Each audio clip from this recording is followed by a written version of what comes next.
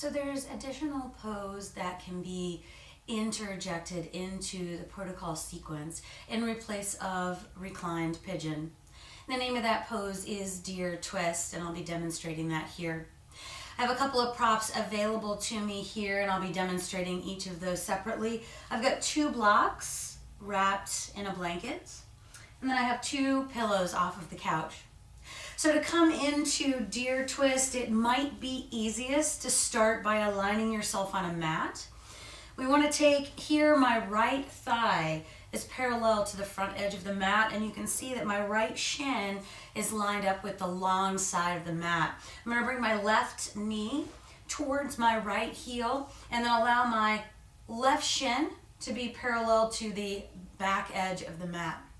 From here, you're going to allow your weight to shift onto the outer right hip, and you're going to turn your torso down onto the mat.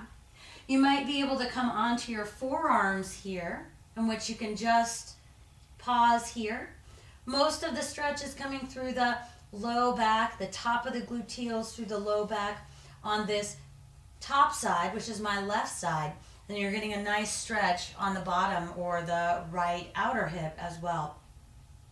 If this feels like too much or it doesn't feel comfortable, perhaps it's aggravating the shoulder, you can take the 2 blocks wrapped in a blanket. When we're using a prop in this pose, we want to bring the prop all the way up to the outer right hip. You want to snug that prop up nice and close, and then you can lay out. Notice I'm stretching my rib cage onto the bolster, and then I'm turning my right cheek onto my makeshift bolster here so I can rest my body weight into this supported structure.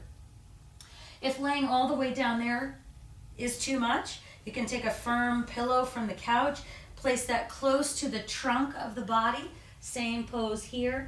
You might find that you need to support the head in a slightly different way. If you're looking down, the neck is in a neutral position. If you're turning your chin towards your front knee or your right knee, then you're going to be getting a slight twist in the neck. However, if you turn your chin away and place your opposite cheek, so the left cheek on your support structure, then you're going to be adding in additional curve all the way up through the cervical spine. To come out of it, obviously you want to walk back and then hands, find your weight back onto your right gluteals. You can pull your left knee on top of the right knee. Therefore, you can just roll over on to the gluteals and over to the opposite side, setting up this pose for the second side. Again, this pose is a nice substitute for reclined pigeon pose, so if that's something that aggravates your body or doesn't fit on your body at this time, you can substitute deer twist for that in the sequence. Those of you who need that will know from our sessions working together.